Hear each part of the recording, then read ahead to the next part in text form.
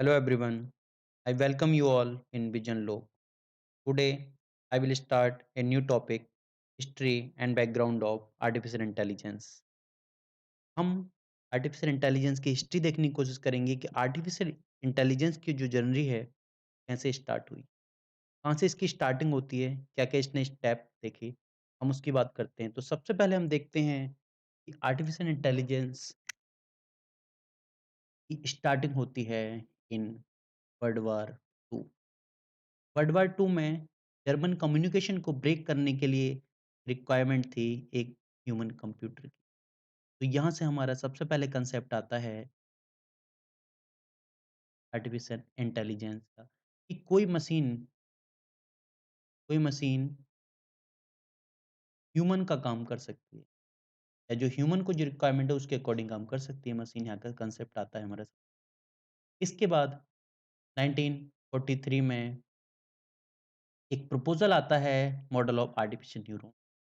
जैसे हमारा mind work करता है उसी कंसेप्ट के ऊपर हम बात करते हैं यहाँ पर कि जो भी माइंड का वर्क करने का तरीका है, उसी टाइप से हम आर्टिफ़िशियली बात करते हैं आर्टिफ़िशियल न्यूरल नेटवर्क कि जैसे न्यूरॉन्स हमारे दिमाग में वर्क करते हैं, उस टाइप के डिसीज़न लेने की कैपेबिलिटी प्रोड्यूस करते हैं। क्या मशीन के अंदर भी क्या हम आर्टिफ़िशियली उन न्यूरॉन्स को बना सकते हैं? क्या आर्टिफ़िशियली उनका हम यूज़ कर सकते हैं? तो ये हमारा पहला कांसेप्ट आता है 1943। इसके बाद यूनाइटेड स्टेट ऑफ अमेरिका की आर्मी के लिए एक सिस्टम तैयार होता है ENIAC, electronics numerical integrated and computer. ये एक जनरल पर्पस डिजिटल कंप्यूटर था जिसे 1946 में बनाया गया था।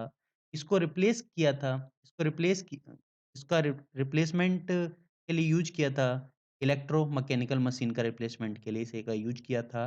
तो क्योंकि ये बहुत ज़्यादा फास्टर था, इसकी स्पीड ज़्यादा थी, जो ट्रैजेक्टरी कैलकुलेट करने की स्पीड वगैरह थी, वो काफ़ी हद तक ज़्यादा थी, जो हमारा इलेक्ट्रोमैकेनिकल मशीन हम करते थे।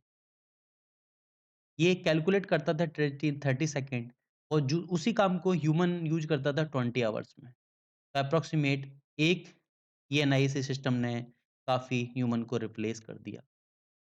इसके बाद हमारा सबसे पहला एक कांसेप्ट जनरेट होता है 1950 में by Alan Turing. Alan Turing ने एक क्वेश्चन किया था अपने एक पब्लिश पेपर में, कंप्यूटिंग मशीनरी एंड इंटेलिजेंस नाम से इन्होंने पेपर पब्लिश किया था। और उसके बाद इन्होंने सबसे पहले एक क्वेश्चन राइज किया, कैन मशीन थिंक? क्या मशीन सोच सकती है? I propose to consider the question can machine think by Alan Turing. एक एलन ट्यूरिंग एक मैथमेटिशियन थे, इन्होंने इस क्वेश्चन को राइज़ किया सबसे पहले और इन्होंने एक टेस्ट का नाम दिया ट्यूरिंग टेस्ट। अब ट्यूरिंग टेस्ट का काम क्या था? ट्यूरिंग टेस्ट फिगर आउट करता था वेदर मशीन थिंक और नॉट। ट्यूरिंग मशीन जिसका नाम आता है। इसके बाद हम देखते हैं डार्क माउथ रिसर्च प्रोजेक्ट।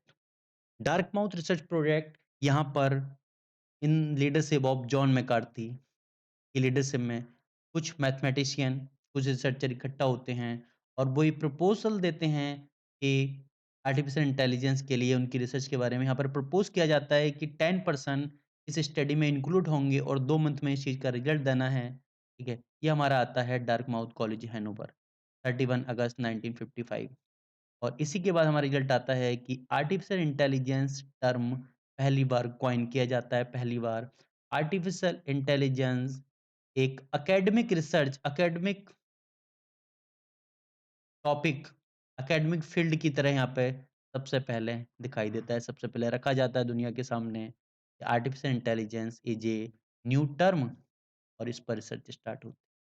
और जॉन मैकार्थी ही 1958 में computer programming language for AI use करते हैं, LISP को इन्वेंट करते हैं, एक लैंग्वेज जो आर्टिफ़िशियल इंटेलिजेंस के लिए हम यूज़ करते हैं। इसके बाद हम देखते हैं 1964। 1964 एक मशीन, एक कंप्यूटर सिस्टम को तैयार किया जाता है जो फर्स्ट चैटबॉट था। उसको तैयार किया गया था एज़ ए साइकोथेरेपिस्ट। उसका काम था कि सामने डॉक्टर की प्रिस्क्रिप्शन पढ़ने के लिए इसका यूज़ किया गया था। जो साइकोथेरेपिस्ट था, उससे क्वेश्चन करना, उससे पर्सनल आंसर लेना, जो भी क्वेश्चन आंसर करना, उससे कम्युनिकेशन करना। इसका एक काम था किसी पर्सन के साथ कम्युनिकेट करना, उससे जो भी उसे आंसर देना है उसके अकॉर्डिंग उसके आंसर दे रहे। तो एक तरह से इसका काम था एक डॉक्टर जो साइकोथेरेपिस्ट डॉक्टर था, उस टाइप से इसका काम। सबसे पहले ये यूज़ होता है एलिजा। इसके बाद हम देखते हैं हमारा नया एक माइलस्टोन दिखाई देता है in field of AI in name of Shakey. Shakey एक जनरल पर्पस मोबाइल रोबोट था, जिसे डेवलप किया था 1966 में बाय स्टैनफोर्ड रिसर्च इंस्टीट्यूट। तो ये जो है, ये मूविंग एलिमेंट था। कोई भी ऐसा मूविंग एलिमेंट जो सोच सकता है, जो डिसीजन ले सकता है, जो परसेप्ट कर सकता है, ये हिस्ट्री में पहली बार हमें यहाँ पर दिखाई देता है, नेम ऑफ स्टैकी। ये कैपेबल था लोकोमोशन के लिए, परसेप्शन के लिए, कम्युनिकेशन के लिए, प्रॉब्लम सॉल्विंग के लिए। और यहाँ पर अलग-अलग टाइप के सेंसर्स इसके अंदर यूज़ हुए थे, कैमरा कंट्रोल, जो टेलीविज़न कैमरा वगैरह लगे होते हैं, रेंज फाइंडर व्हील, ये सब इंस्टॉल किए गए थे। और लास्ट हमने 2016 में इसका 50 ईयर सेलिब्रेशन टेकी का लिया था ट्रिपल एआई कॉन्फ्रेंस में। इसे रिमेंबर किया गया था, इसे याद किया गया। नेक्स्ट हम देखते हैं कि एआई में इतनी रिसर्च होने के बाद भी कोई यहाँ पर जो इन्वेस्टर थे, जो गवर्नमेंट थे, उन्होंने फंड देना कम कर दिया और शॉर्टेज ऑफ फंड की वजह से हमें पहले दिखाई देती है फर्स्ट एआई विंटर, जो चलती है 74 से 80 तक। यहाँ पर जो गवर्नमेंट एजेंसी है, गवर्नमेंट को इंटरेस्ट कम हो गया कि एआई जो एक रिसर्चिंग फील्ड है, एआई जो नई फील्ड बताई गई थी कि एआई बहुत स्पीड से ग्रो करेगी, एआई ने ऐसा कुछ खास नहीं किया, जिस उम्मीद से इसमें इन्वेस्ट किया गया था, जिस उम्मीद से इसमें पैसा लगाया गया था। उसके पीछे रीज़न आती है पुअर स्पीच अंडरस्टैंडिंग। हम स्पीच रिकॉग्निशन के लिए ऐसा कुछ स्पेशल डेवलप नहीं कर पाए, जो हम दुनिया को या जो इन्वेस्टर थे उन्हें अपना रिज़ल्ट दिखा सकें। मशीन ट्रांसलेशन में भी ये फेल हो गए थे। तो अगला जो न्यूरल सेट था, जो न्यूरल नेटवर्क का जो कांसेप्ट था हमारा, वहाँ पर भी हमें कोई ख़ास रिज़ल्ट देखने को नहीं मिलता। और इसके बाद ये कमबैक करता है 1980 में विद एक्सपर्ट सिस्टम।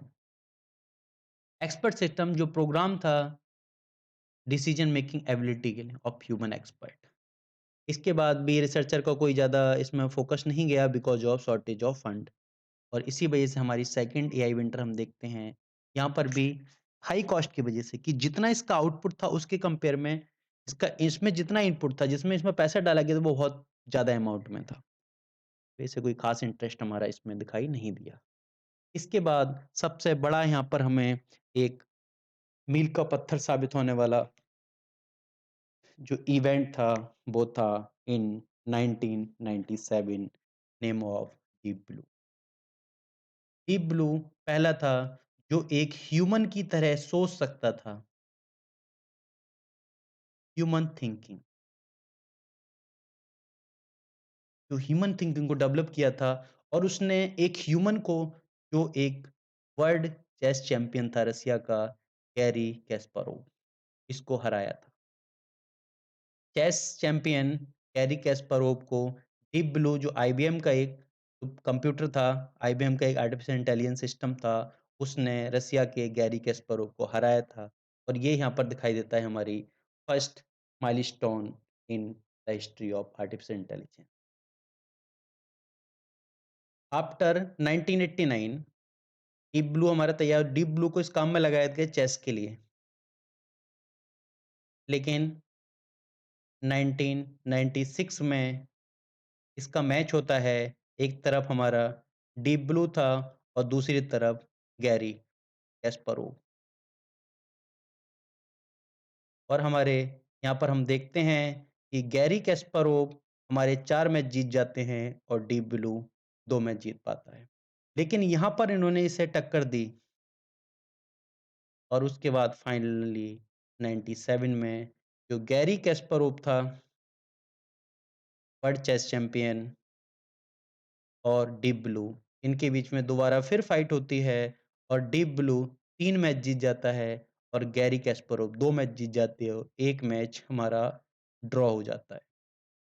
तो यहाँ पर दिखाई देता है कि डीप ब्लू की विनिंग एआई, एक मशीन ने एक इंसान को हरा दिया था। एक थिंकिंग प्रोसेस में, एक सोचने की शक्ति वाले गेम में।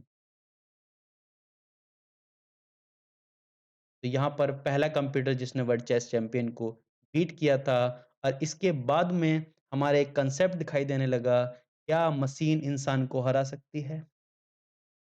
क्या मशीन ह्यूमन को कंट्रोल कर सकती है? क्या मशीन ह्यूमन से ज़्यादा कैपेबल हो सकती है इन मैटर ऑफ थिंकिंग? और इसी कंसेप्ट के ऊपर हमारे 1997 के इस इवेंट के बाद पूरे वर्ल्ड में इस चीज़ के एक आइडिया निकलने लगा कि ह्यूमन को बीट कर सकती है मशीन, ह्यूमन को कंट्रोल कर सकती है मशीन। उसके बाद हमारा ये दिखाई देता है कि मशीन ह्यूमन पर राज कर सकती है या मशीन ह्यूमन के लिए कितना बड़ा खतरा बन सकती है। और उसी के बाद हमारे हर जगह अलग-अलग टाइप की साइंस फिक्शन मूवीज़ के अंदर भी एआई सिस्टम को दिखाया जाने लगा मशीन को बीट कर जो ह्यूमन था ह्यूमन को बीट करते हुए। एआई सिस्टम ने ह्यूमन को बीट किया अलग-अलग साइंस फिक्शन मूवीज़ के अंदर, वो इसी कांसेप्ट के बाद से हमारा निकलता है। ये पॉसिबल है, यहाँ से उन्हें एक आइडिया मिल गया। मैट्रिक्स जो एप्रोक्सिमेट 97 के बाद में ही आई मूवी, उसमें भी इसी कांसेप्ट के ऊपर वर्क किया गया। इसके बाद में हम देखते हैं जो डीप स्पेस वन एक नासा का मिशन था, वहाँ पर रिमोट एजेंट एक एआई प्रोग्राम था, रिमोट एजेंट को भेजा गया था, इसे कंट्रोल करने के लिए। और उसके बाद हमारा आता है 2004 में मार्स रोवर, जो मार्स रोवर है हमारा, पर भेजा गया था एक प्लानर यूज़ किया गया था रोवर के ऊपर। उसका काम था take the decision at time when found difficulty. Next हम देखते हैं 2005। 2005 में स्टैनली नाम की एक ड्राइवरलेस कार जिसने 2005 का जो डापरा ग्रैंड चैलेंज था, डापरा ग्रैंड चैलेंज जो ड्राइवरलेस कार का एक चैलेंज था। ड्राइवरलेस कार का एक रेस थी, कार रेस थी डापरा, जो 2004 में स्टार्ट हुई थी। लेकिन 2004 में स्टैनली ने पार्टिसिपेट नहीं किया था। इसने 2005 में पार्टिसिपेट किया था और 212 किलोमीटर चलने के बाद में माउंटेन रोड इसने कार रेस में इस अपनी फर्स्ट रैंक लेके आती है और कार रेस को जीत जाती है। और इसका जो रूट था वो 3 नैरो टनल से ही पास हुई थी। उसके अलावा multiple left, right sharp turn इसने लिए थे। तो ये जो ऑटोनोमस कार थी क्रिएट की गई थी by Stanford University, operation Volkswagen electronics research laboratory के। इसके बाद में हम देखते हैं कि 2006 फेसबुक, इसके बाद में आज भी ऐसे Google Now, Alexa, Google Assistant, Siri, AlphaGo जो गेम था एक लाइक डीप माइंड टेक्नोलॉजी का गेम था ये, डीप ब्लू की तरह ही था एक। सोफिया, इसके अलावा भी अदर अदर टाइप के हमारे एआई इंटेलिजेंस सिस्टम हमें आज देखने को मिलते हैं, हमें दिखाई देते हैं कि कैसे एक intelligence system artificial intelligence system work करता है और कैसे ह्यूमन उसका यूज़ करता है अपने फ़ायदे के लिए, अपने वर्क को ईज़ी बनाने के लिए। Thank you everyone.